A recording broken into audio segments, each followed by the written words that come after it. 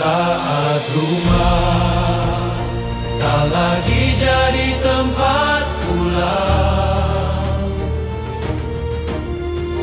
kami datang membawa kekuatan. Dalam tangan yang lemah kami genggam harapan, dalam tangis yang jatuh kami hadirkan keteguhan.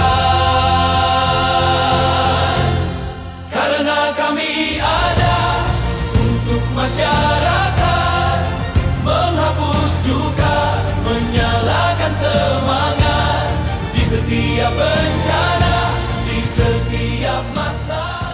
Assalamualaikum warahmatullahi wabarakatuh.